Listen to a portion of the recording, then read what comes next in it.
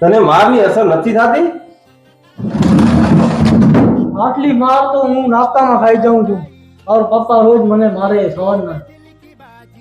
બહુ રીઢો ગુનેગાર છે બોલો. રીઢો ગુનેગાર એ તો આના બાપાને જ ફોન કરીને અહીંયા બોલાવો. ના ના ના ના સાહેબ સાહેબ કેસ મારા ઉપર કરી નાખો. મારા બાપાને ના કહેતા. તમને મારો જેટલું મારી લો. મારા બાપાને ના કહેતા સાહેબ. ના જાણું મહેરબાની કરું. હાલ બેસા.